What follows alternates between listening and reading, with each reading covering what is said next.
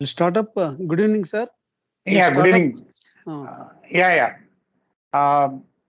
Today's discussion is regarding. I invite, welcome everyone, and today's discussion would be on how to take care of a patient who's come for cardiac surgery with thrombocytopenia, and we'll be discussing what are the different causes for thrombocytopenia, and there are a lot of common factors which are responsible for thrombocytopenia in the immediate perioperative period. And cardiac surgery by itself will induce thrombocytopenia in a lot of patients. And there are a lot of other pre-existing conditions which are associated with the low platelet counts, which can complicate cardiac surgery in these patients. So we'll go through different causes, the way how to take care of these patients, and what are the different modalities of treating this patient. So I welcome the speaker for starting the presentation.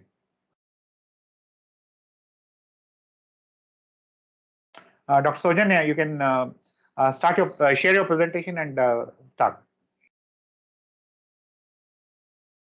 Yes, sir. Thank you, sir.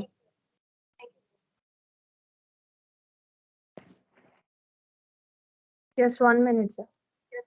Sure.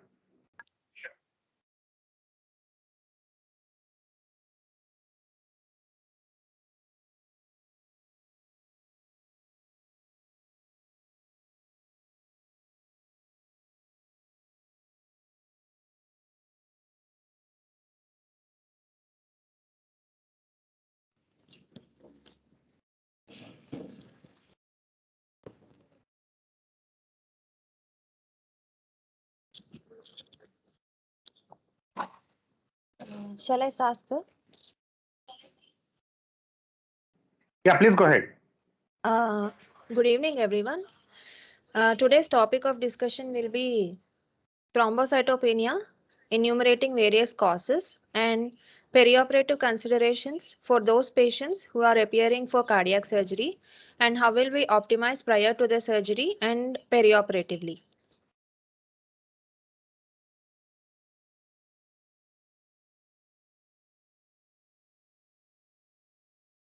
So this slide enumerates the brief etiology of the common forms of thrombocytopenia that we come across. Mainly, we can categorize thrombocytopenia into two. That is, it may be due to decreased production of platelets or increased destruction of platelets. So most common we encounter is increased destruction of platelets. But we should also know the causes where the platelets are low secondary to the decreased production. These include inherited thrombocytopenias, which we come across very rarely, bone marrow disorders due to secondary to infections, drugs, toxins, or thrombopoietin deficiency. Or the most common cause of thrombocytopenia that we come across is increased destruction of the platelets, which may be secondary to non-immune or immune-related. Non-immune causes include disseminated intravascular coagulation and sepsis, thrombotic microangiopathies, and secondary to mechanical circulatory support devices. Immune-related causes include drug-induced immune thrombocytopenia, heparin-induced thrombocytopenia, immune thrombocytopenia, and post-transfusion purpura. The other rarest cause is splenic sequestration secondary to other causes. So, coming to the inherited thrombocytopenic disorders, as I have already said, these are rare and these are associated with bleeding during surgery, but usually they are masked because they are inherited, and frequently they are mostly caught when we inquire about the family history of bleeding perioperatively. These include autosomal dominant inherited thrombocytopenia, which are caused by mutation to chromosome 22q, Mediterranean macrothrombocytopenia, and two other autosomal dominant conditions include normocytic thrombocytopenia and familial platelet disorders. These include linkage to human chromosome 10. So, when we go to the previous literature, it is limited to the case report showing that platelet transfusions were very effective in treating thrombocytopenia in these cases. And if they are diagnosed preoperatively, according to the genetic studies, then pre-treatment with thrombopoietin receptor agonists like L-thrombopag and romiplastim either reduced or prevent the transfusion needs perioperatively.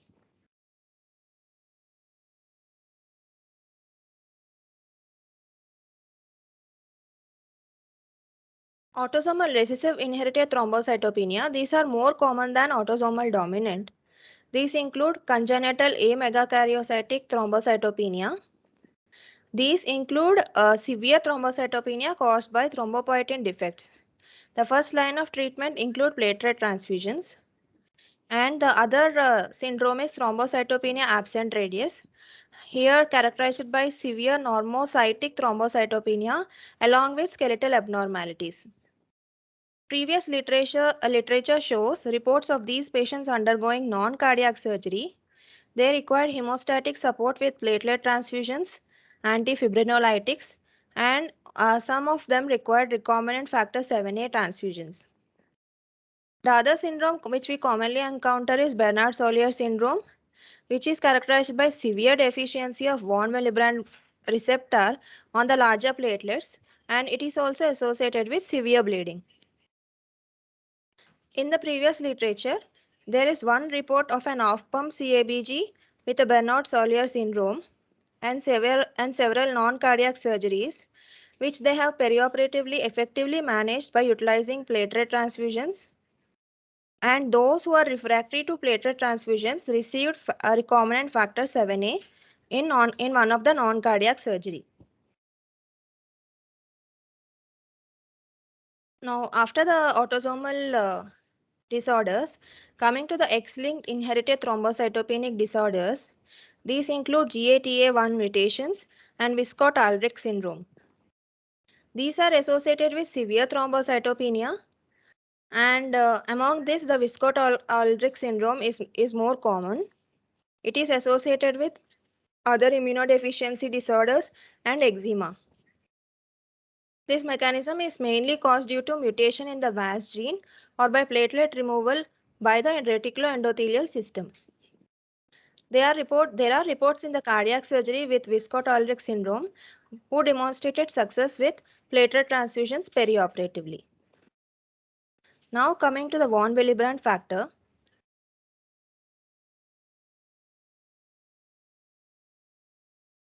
These can be categorized into three types.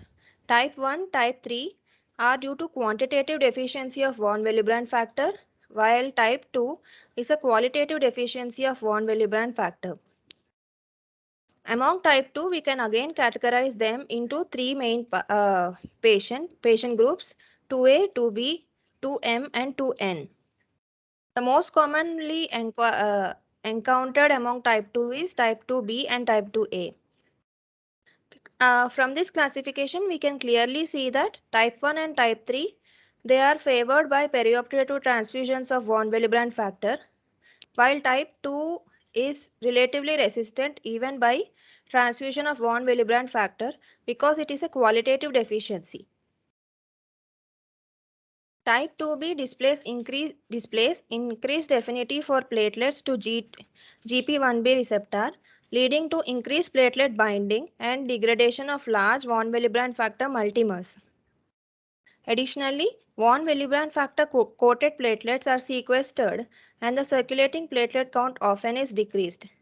So here, even though the platelet count is normal, because of the increased sequestration and increased degradation, there will be bleeding.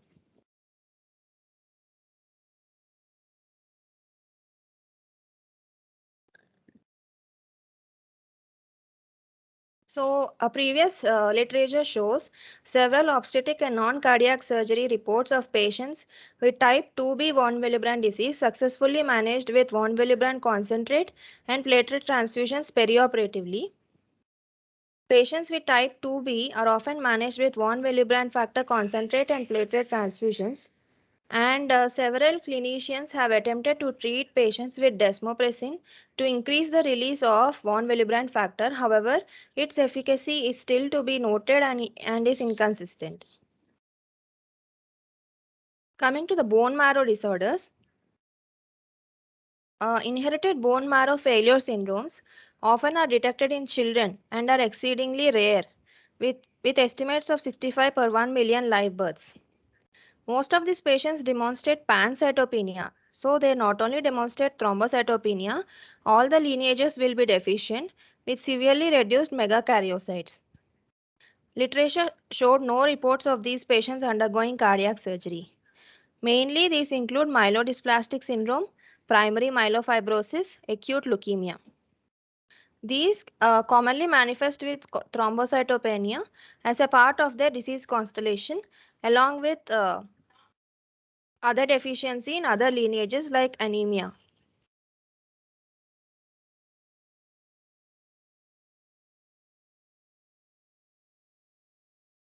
Myelodysplastic syndrome. These are hematological malignancies arising from mutations in the hematopoietic system leading to ineffective hematopoiesis and cytopenias, which include anemia, leukopenia, and thrombocytopenia. Here, the mainstay of treatment is associated with platelet transfusion, with transfusion triggers strictly aligning to the American Society of Clinical Oncology guidelines. Antifibrinolytic therapy administered prophylactically has been shown to reduce bleeding risk in this group of patients.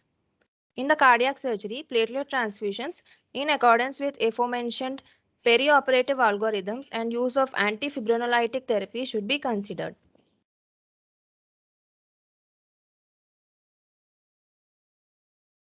And coming to the primary myelofibrosis, which is other bone marrow disorder, is one of the myeloproliferative neoplasm.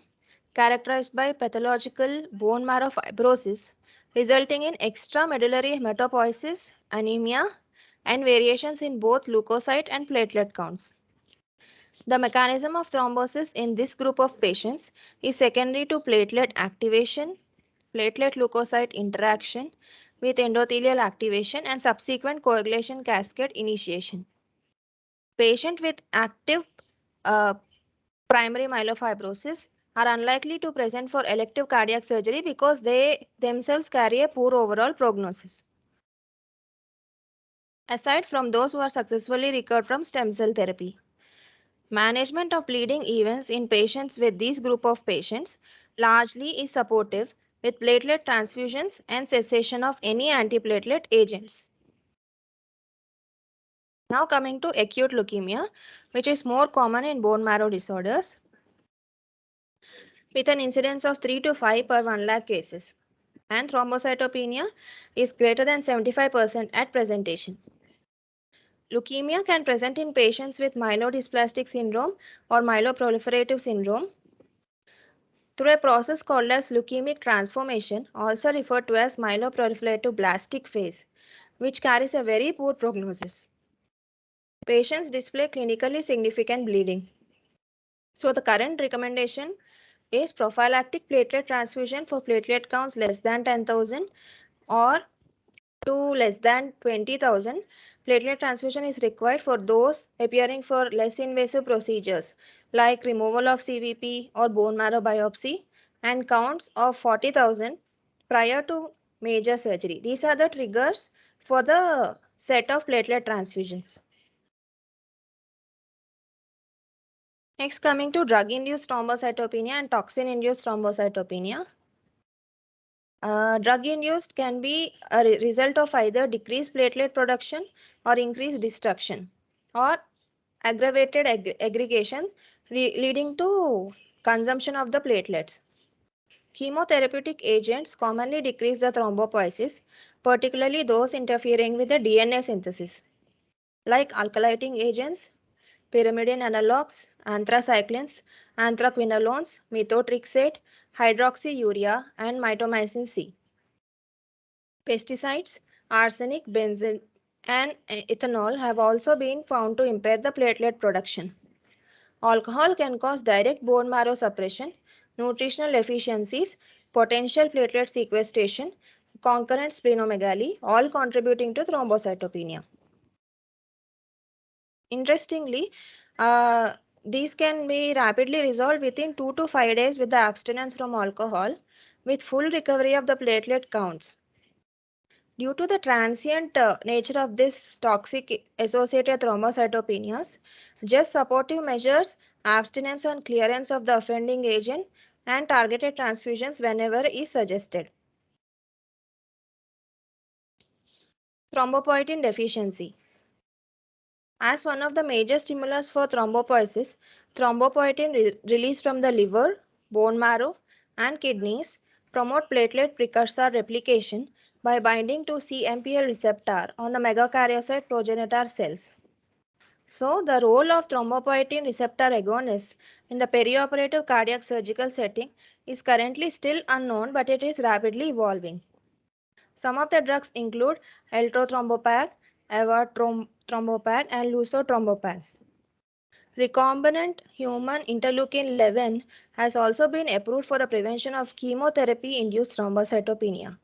It is thought to work in conjunction with thrombopoietin to stimulate the megakaryocyte progenitor cells to increase the platelet counts and subsequently avoid the platelet transfusions. But this requires further studies.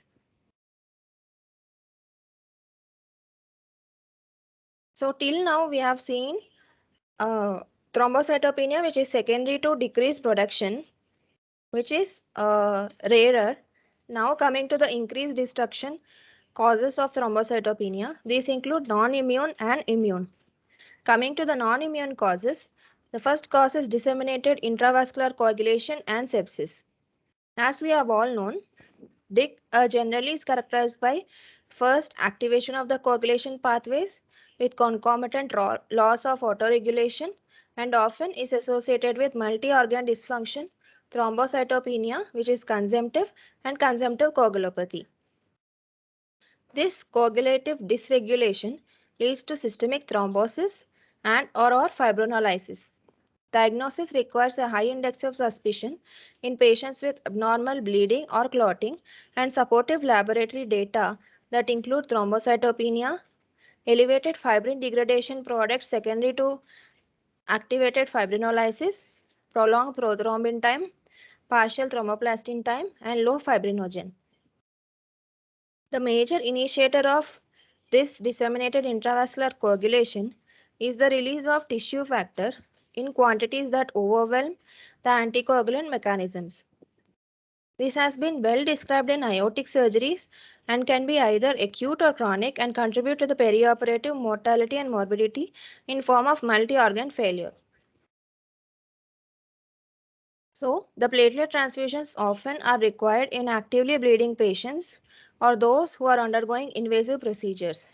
Similarly, fresh fluorescent plasma and fibrinogen concentrates and/or cryoprecipitates may be indicated in actively bleeding patients with PT or APTT more than 1.5 times the normal or hypofibrogenemia respectively. For the patients who are appearing for cardiac surgeries, abnormalities in the baseline coagulation profile can make the conforming adequate heparinization challenging. Due to both increased consumption and decreased production of antithrombin in this critical illness, antithrombin levels are often decreased in DIC. But due to this decrease in the antithrombin levels, there will be a heparin resistance. So the periprocedural anticoagulation will be challenging. So if the targeted ACT is not to be reached during the bypass procedures, off-label use of antithrombin concentrates perioperatively may be appropriate. Thrombotic microangiopathies are the other cause, which include thrombocytopenic purpura and hemolytic uremic syndrome. So these thrombotic microangiopathies are a collection of rare disorders which are characterized by thrombocytopenia, microangiopathic hemolytic anemia, and small vessel capillary occlusions, and varying degrees of organ dysfunction secondary to these occlusions. There are two prototypes to this condition. These are thrombotic thrombocytopenic purpura, TTP, and hemolytic uremic syndrome, HUS. So organ dysfunction is variable depending upon the underlying mechanism. Neurological dysfunction is more common in TTP, while acute renal dysfunction is more common in HUS. The hallmark of TTP is the abundance of large molecular weight von Willebrand factor due to severe decrease in the functions of ADAMTS13, resulting in platelet-rich vascular occlusions. So these are characterized by severe thrombosis, leading to neurological dysfunction. The treatment of TTP typically include emergent plasma exchange therapy, steroids, and targeted immune suppressants. Postoperative morbidity includes a decreased levels of ADAMTS after cardiopulmonary bypass in conjunction with increased release of large molecular weight von Willebrand factor secondary to endothelial stress induced by the surgery. So this will further aggravate the clinical scenario of TTP. Now coming to HUS, it can present similar to TTP. However, the degree of thrombocytopenia is milder and renal dysfunction is worse, in contrary to neurological dysfunction in TTP. Here, the differentiating factor is the quantitative levels of AMTS is usually normal or mildly decreased. Typically, these patients do not respond to plasma exchange therapy and they require treatment with targeted anti-complement therapy. So the major treatment includes supportive care in addition to early introduction of plasma exchange and steroids in TTP, and in HUS, targeted anti-complement therapy. Caution is recommended in transfusing the concentrates with high von Willebrand factor like cryoprecipitate and von Willebrand factor concentrate in active phases of TTP or HUS because they can even more worsen the thrombotic complications. Now coming to the thrombocytopenia secondary to mechanical circulatory support devices, which we commonly come across in cardiac surgeries. This likely results from both direct effects of these circulatory devices and the fact that patients requiring this mechanical assistance are medically complex and often have multifactorial thrombocytopenia. Although there are many support devices in use, there appear to be conserved mechanisms driving the deleterious effects. These include non-biological surfaces.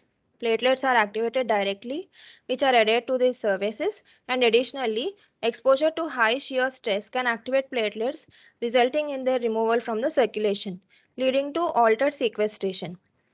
The most commonly encountered circulatory devices include ventricular assist devices, veno-venous and veno-arterial ECMO, and intra-aortic balloon pumps. So due to prothrombotic nature of these non-biological components of these devices, nearly all these patients will require some form of anticoagulation or antiplatelet regimen once initial hemostasis is achieved.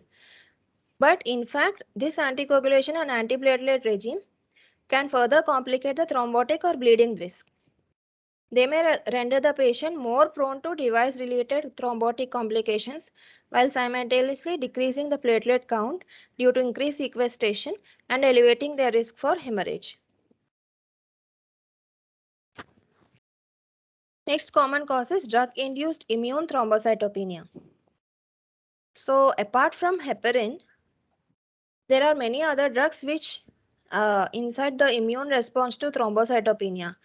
These include common antibiotics which we use perioperatively like penicillin, rifampicin, sulfonamides, vancomycin, etc. Among the others include carbamazepine, phenytoin, quinine and others. When drug-induced immune thrombocytopenia is suspected, the laboratory confirmation testing should be done for drug-dependent platelet reactive antibodies. With regard to the treatment, cessation of the offending agent should be cessated and typically leads to complete resolution of the thrombocytopenia within a week. Next, coming to heparin-induced thrombocytopenia, which we frequently encounter in our postoperative setting. It is a condition marked by thrombocytopenia in patients previously exposed to heparin. There are two distinct subtypes of HIT, which includes type 1 and type 2. Type 1 is a milder form which is transient, which requires no major treatment except for supportive therapy because it is a less significant thrombocytopenia upon initial exposure to heparin. But type 2 is a progressive thrombotic event which is a severe form, occurs after heparin exposure and subsequent antibody formation to heparin platelet 4 complexes, which typically occur 5 to 10 days after heparin exposure. This is most commonly due to re-exposure in the previously sensitized patient, resulting in platelet activation, thrombocytopenia, which drops more than 50% of the baseline level, risk of thrombotic complications. With the frequency and necessity of heparin use in patients undergoing cardiac surgery, the type 2 heparin-induced thrombocytopenia is more frequently seen these days. So this is the differentiating features of type 1 and type 2. Usually type 1 are with no complications, transient, usually appears after first exposure to heparin. But type 2 usually appears 5 to 12 days after the heparin exposure, but the decrease in the platelet count is significant with greater than 50% drop of its baseline level. Complications include thromboembolism and later on bleeding. Treatment includes heparin suspension, anticoagulation with other substitutes like direct thrombin inhibitors or heparinoids. So the clinical manifestations of heparin-induced thrombocytopenia is majorly related to thromboembolic events. These include arterial and both venous. Arterial includes stroke, limb ischemias, renal, splenic, mesenteric ischemias, indwelling catheter thrombosis. And venous thromboembolism manifests with deep vein thrombosis, pulmonary embolism, cerebral venous embolism, venous limb gangrene, and indwelling catheter thrombosis. Non-thrombotic manifestations of HIT include localized skin reactions, acute systemic reactions, and global transient amnesia.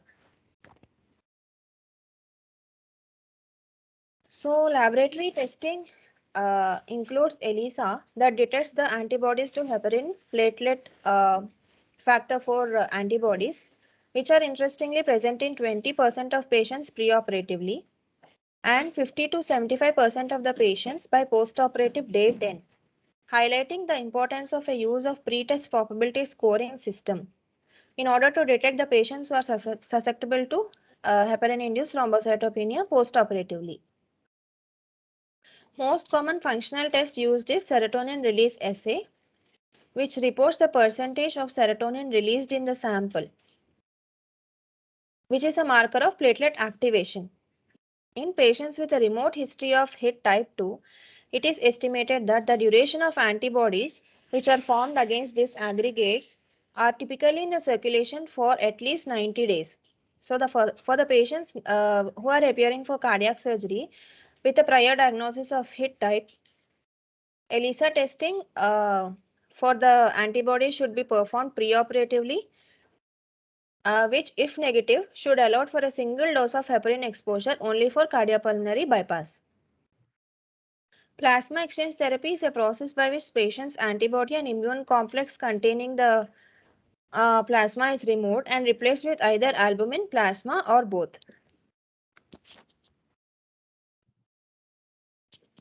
Next, coming to immune thrombocytopenia. It is also called as idiopathic thrombocytopenic purpura, which is an acquired condition notable for the presence of antibody-mediated platelet destruction and impaired platelet production. Antibody presence, which is often targeted against the membrane glycoproteins 2B3A, it is the hallmark of ITP. And lack of antiplatelet antibodies does not exclude the diagnosis of ITP. So it is removed from the diagnostic criteria. The primary manifestations include bleeding-related complications. However, thrombosis and advanced atherosclerosis can also be seen. The risk of serious bleeding increases as thrombocytopenia worsens, particularly in patients with counts which are less than 20,000. So, chronic treatment for the patients with ITP is mainly individualized based on the symptoms with aim to reduce the severe bleeding episodes. The goal of chronic treatment regimens is to maintain a platelet count of at least more than 20,000 or potentially higher. Recommendations for the patients with ITP undergoing surgical procedures are to maintain a platelet count more than 80,000. For major surgical procedures, it is more than 1 lakh, like neurosurgery and cardiac surgery. But the first-line therapeutic approach to patients with ITP is often with corticosteroids, which include typically short duration regimens, or with the patients with frequent acute episodes, it is long treatment regimens, which includes more than 3 weeks. Surgical splenectomy often is considered for patients who have failed steroid therapy. Post-transfusion purpura. Post-transfusion purpura is an extremely rare cause of thrombocytopenia secondary to alloantibody production after exposure to foreign platelet antigens. The diagnosis of post-transfusion purpura requires a degree of clinical suspicion in patients presenting with severe thrombocytopenia, which typically occurs 1 to 2 weeks after any transfusion episode. This is due to the presence of alloantibodies to common platelet antigen in patients lacking the particular antigen. So, treatment of this includes IVIG as a first-line therapy. Corticosteroids and plasma exchange also have a role. So, any transfusion that we give perioperatively, we have to prefer the use of washed RBCs, HPA compatible and leukocyte reduced transfusions, which typically reduce the recurrence of this post-transfusion purpura. Next, coming to the splenic sequestration. which is a very rare cause of thrombocytopenia, which we come across perioperatively. Here, the typical point to notice, although most of the total platelet count is found intravascularly, a significant portion of this platelet count, that is more than 30 to 40%, it is reversibly sequestered in the spleen. So, in patients with congestive splenomegaly, the sequestered fraction can be even more than 60%. So, the most common cause of splenic sequestration is cirrhosis, which is associated with thrombocytopenia and bleeding. So, if the therapy with the platelet transfusions is refractory perioperatively, we can go for splenic artery embolization. Platelet counts after this procedure rise and stabilize, but it takes up to 2 to 3 months.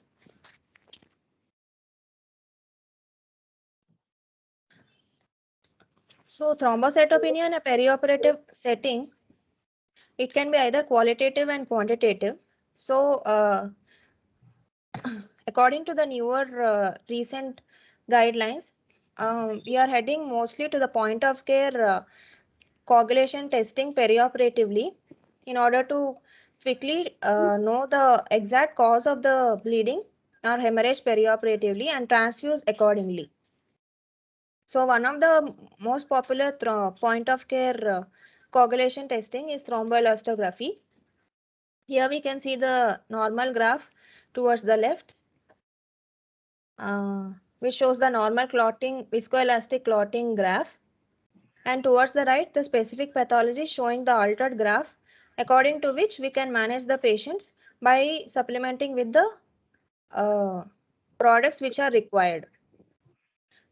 Here we can see that maximum amplitude in the graph, which reflects the total clot strength. It is mainly due to the fibrinogen and the platelet factors. So, the platelet blockers, or in the cases of thrombocytopenia, there is decreased clot strength. Here the maximum amplitude of the graph will decrease and the graph will look flatter.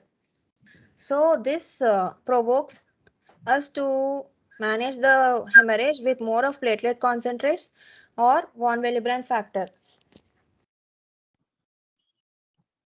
This graph also differentiates between disseminated intravascular coagulation, early stage and a later stage.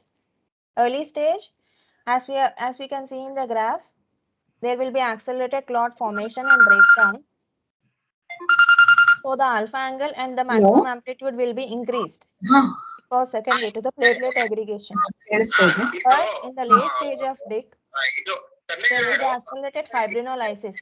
So the maximum thrombocytopenia, which leads to maximum amplitude and alpha angle to be decreased. 13 rupees per kilometer. So this is the brief discussion about perioperative causes of thrombocytopenia and quickly diagnosing them and treating them accordingly, whether we can manage with platelet transfusions or von Willebrand factor supplements or with plasma exchange therapy. Thank you, sir. That was a very lucid and extensive presentation, Dr. Soujanya. So the forum is open for discussion now.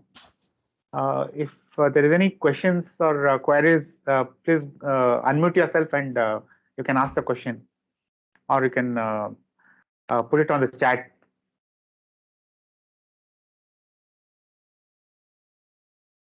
Meanwhile, just to start the discussion, patients coming with chronic kidney disease, they may have von Willebrand, especially the ESR days, the one who has been on maintenance hemodialysis, they can have von Willebrand factor deficiency and sometimes platelet dysfunction because of that. So these patients tend to bleed post cardiac surgery, and sometimes using DDAVP may help in releasing the von Willebrand factor, and that can stabilize the bleeding in this patient. That is one thing. And coming to the intensive care thing, sepsis is pretty common, and that can be one of the major causes for drop in the platelet counts. in the post-operative period. Any patient who's staying in the intensive care for organ support post-cardiac surgery, you have to keep a close watch on a daily basis on the platelet counts. And one of the early indicators for sepsis can be a drop in the platelet count.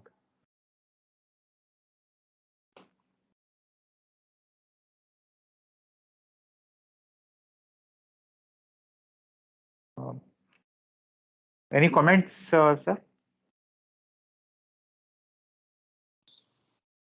In the most commonest presentation in especially the hematological presentation in pediatric post-operatively we see thrombocytopenia, and as she told correctly, splenic, especially in the patient more so with the congestive cardiac failure or patients with the portal hypertension, there will be destruction. Even portal hypertension patient will have placental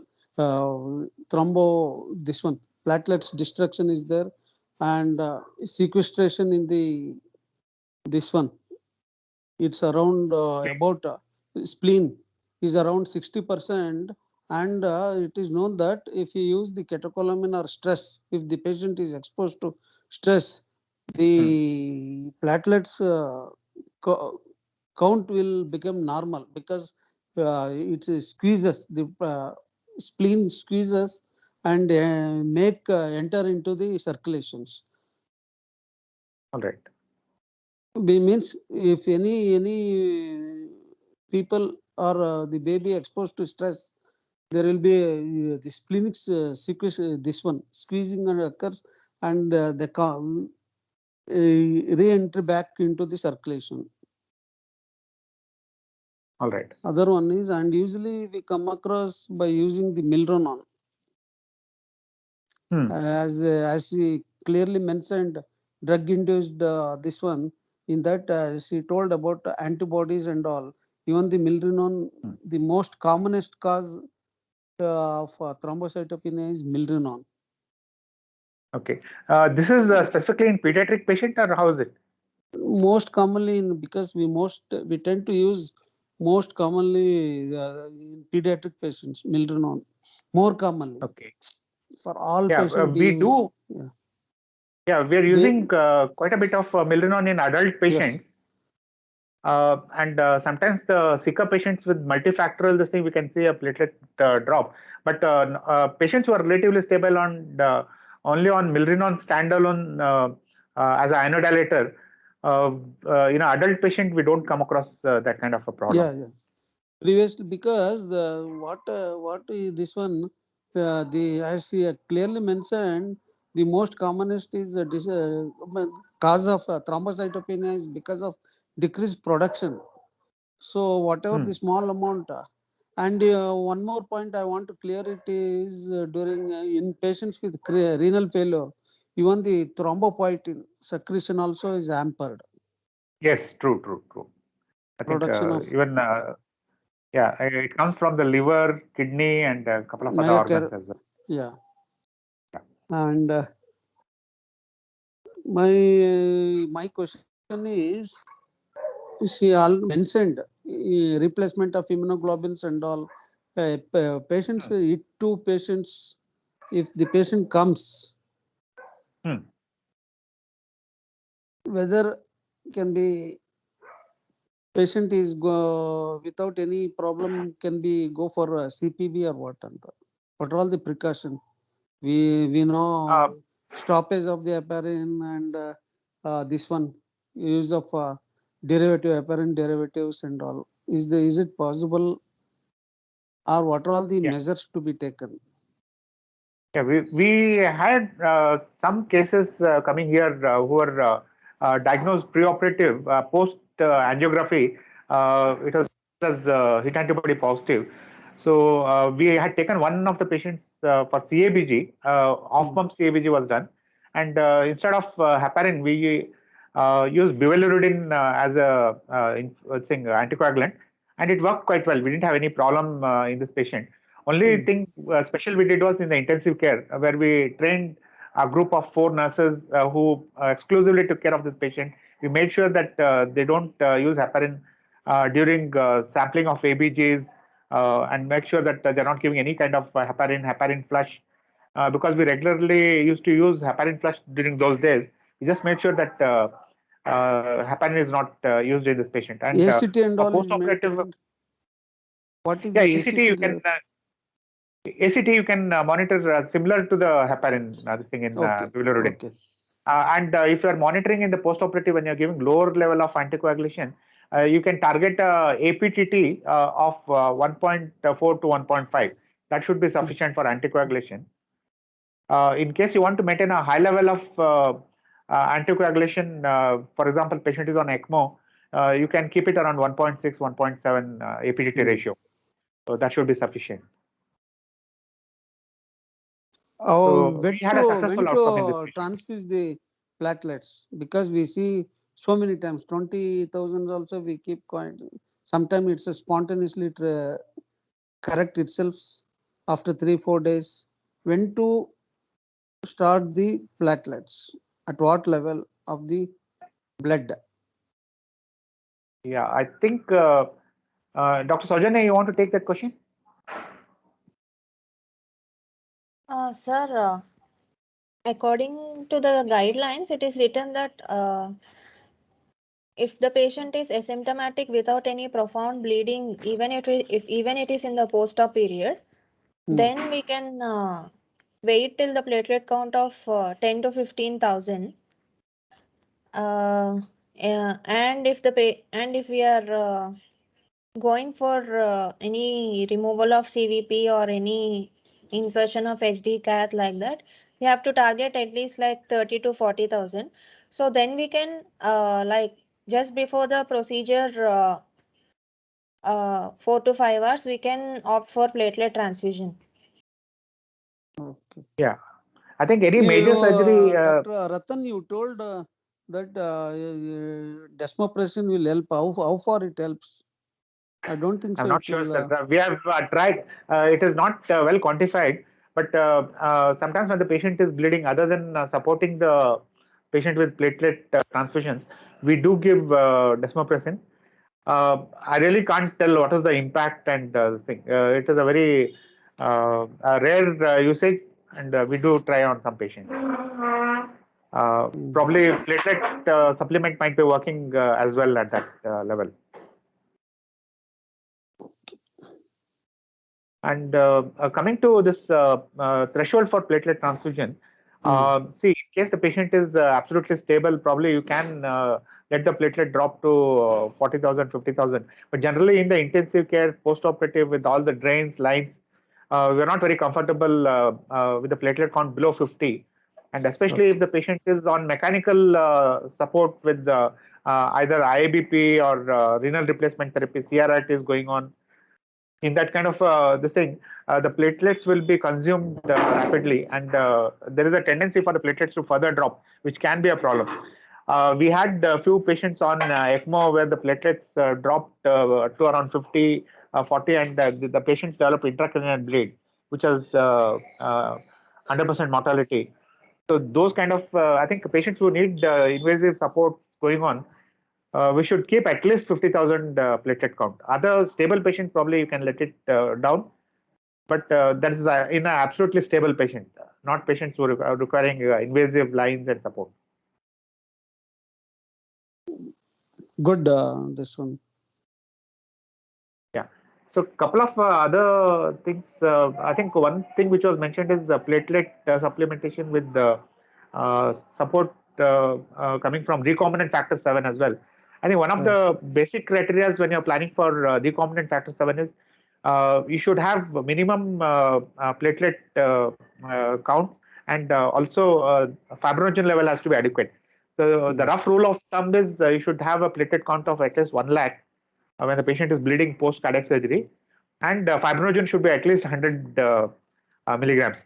If it is less than that, then the factor 7 may not work effectively. What is the role of aprotinin? Usually nowadays we are not using tranexamic acid. Whether I think that they have mentioned the role for antifibrinolytics as an additive apart from supporting with platelets and von Willebrand factor. For von Willebrand factor, you can supplement with the cryoprecipitates that contain something, and if concentrates are available, you can try von Willebrand factor concentrates. Yeah.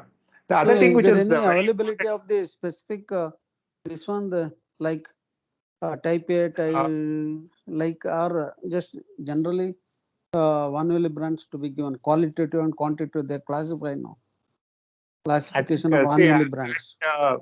At our level in post cardiac surgery ICU, we will not be able to Yeah. differentiate. We always take the help from the hematology department whenever there's a complicated problem. And if it is a pre-diagnosed with bleeding tendency or thrombocytopenia, I'm sure that we'll be asking the hematologist help, and we'll work up the patient and then plan a strategy. How about the We patients? do that. Yeah, sorry to disturb. Please. So go ahead. How about the patients with the so many antiplatelets comes with this one with the bleeding for emergency surgeries from crashing in cath lab, emergency CABG or any other. Yeah, those patients and the patients who come post redo surgeries, it is always a problem. In case they are just coming with the if they're coming with just a single antiplatelet like ecosprin or aspirin, that will not be much of a problem. But in case they're having clopidogrel and other antiplatelets as well, that can be severely affecting the platelet count. And you may have the platelet count adequate, but the functional impairment will be there.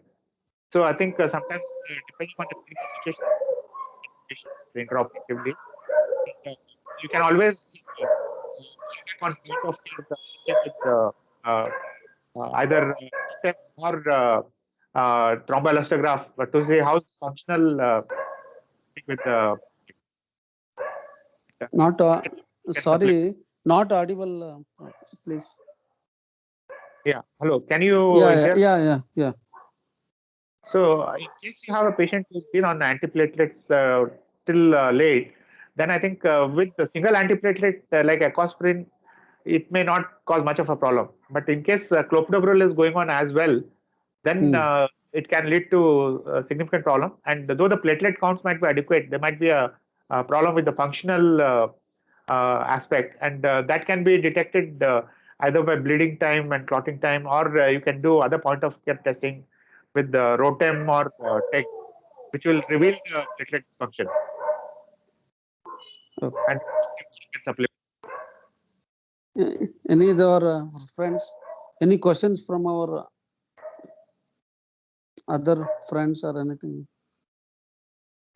Yeah, coming to the other mechanical devices which can cause platelet dysfunction is IBP. Whenever you are using an intra-aortic balloon pump, you need to monitor the platelet count on a daily basis, and that can significantly lead to drop in the platelet counts in the postoperative period.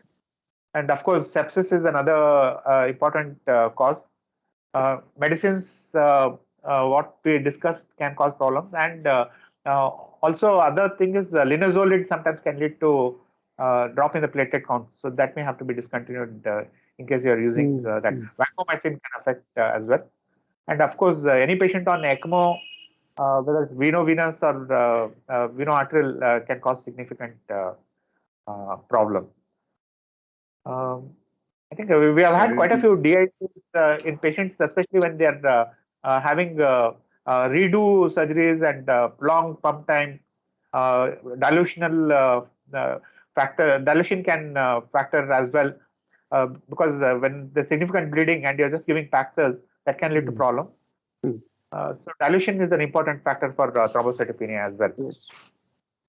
Hypothermic, dilutional. Dr. Pavitra is there. She is raising her hand. Yes. Dr. Pavitra, Yes, please sir. unmute your mic and ask your question, ma'am. Thank you. Yes, sir. Thank you, sir. Sir, I just wanted to know, routinely we don't evaluate for heparin-induced thrombocytopenia, right, sir? Yes. Sir, then what if we suddenly encounter like that? Means how to diagnose, how to This is after evaluation only we'll get to know that this patient is having heparin-induced thrombocytopenia. And in such case, if we give heparin to such patient intraoperatively. Yeah, see what happens is in case these patients are coming for surgery and you do a routine CBC, if the platelet counts are on the lower side, probably you should have a index of suspicion. That is one thing which might help. And in the post-operative period, in case there's a significant drop in the platelet counts, you have to consider heparin-induced thrombocytopenia as one of the factors which can lead to problem. So what we do is the moment we have a platelet count dropping to 90,000 and below, we clinically suspect heparin-induced thrombocytopenia and try to avoid all forms of heparin if possible. Change over to either bivalirudin if the patient is on invasive mechanical support like IABP or ECMO. In case the patient is absolutely stable, we just change over to fondaparinux for DBT prophylaxis and keep a daily watch on the platelet counts. In case the hit antibody has been sent for ELISA method, it takes at least a day to a couple of days for the report to come back. So you have to have some amount of preemptive thinking. Otherwise, you may get the reports on the later side. And in case you're suspecting any thrombosis, whether it's arterial or venous thrombosis, then I think you should clinically suspect heparin-induced thrombocytopenia as well. We have had few cases post CABG where patient suddenly crashed and he basically had all the grafts getting blocked because of thing, and the hit antibody came positive in this patient. So that can be a very dramatic scenario. Even Okay. if it is, if the hit antibody is not there, if you suspect, then go for serotonin released immunoassay. That is Yes, much yes. more sensitive, Sensitive and you can yeah. and Okay. you treat immunoglobulins. Then, as I said, plasma exchange or AT, transfer of the AT. Okay, sir. So Thank this you, sir. will Thank you. see And, we see almost all patients with the complex congenital heart disease patients who are undergoing surgery. Almost most about 99% of the babies will have thrombocytopenia. Can you hear me? I clear. can hear. Yeah. Yeah. So what this first is infection, for then followed by as you discussed, hit, this one. Is it no? Or we have to suspect a hit only? No, not necessarily. I Yes. think in your circumstances, probably infection might be a common cause, but it is not that rare as we assume. So having a low threshold, and in case it comes negative, it is fine. If it comes positive, it will make a significant impact on the way of management. We, in fact, I can discuss one case where we had done a CABG. Post-operative, this patient had compartment syndrome, and we suspected hit antibody. We did clot removal from the femoral vein. The patient failed to recover. Then later, when we got the hit antibody positive, we changed over to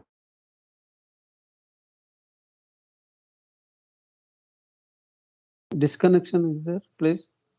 Not audible? am I audible? Yeah. Yeah, yeah.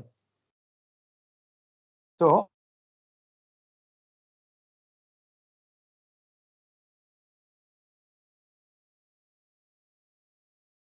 the repeated clot removal was again complicated by fresh clot formation in the femoral vein. So this patient ended up having a below knee amputation actually. So that can be a pretty hefty price to pay. Okay. Am I audible? Yeah, yeah. Now. Yeah. And we have had even arterial thrombosis, a couple of patients where all the grafts got blocked because of hit antibody.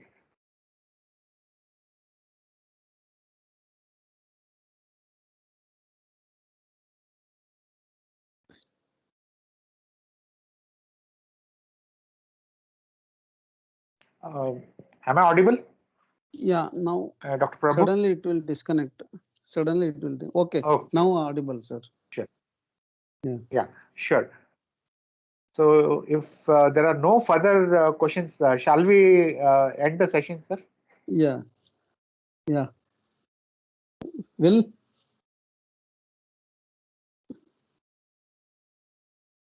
Sir.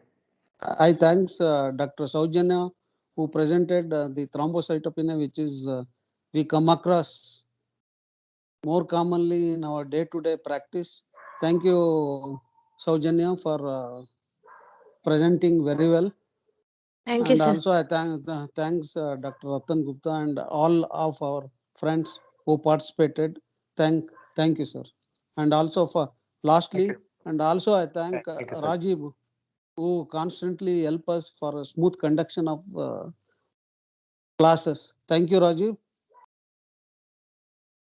Okay, sir. Okay, sir. Okay. Thank you, sir.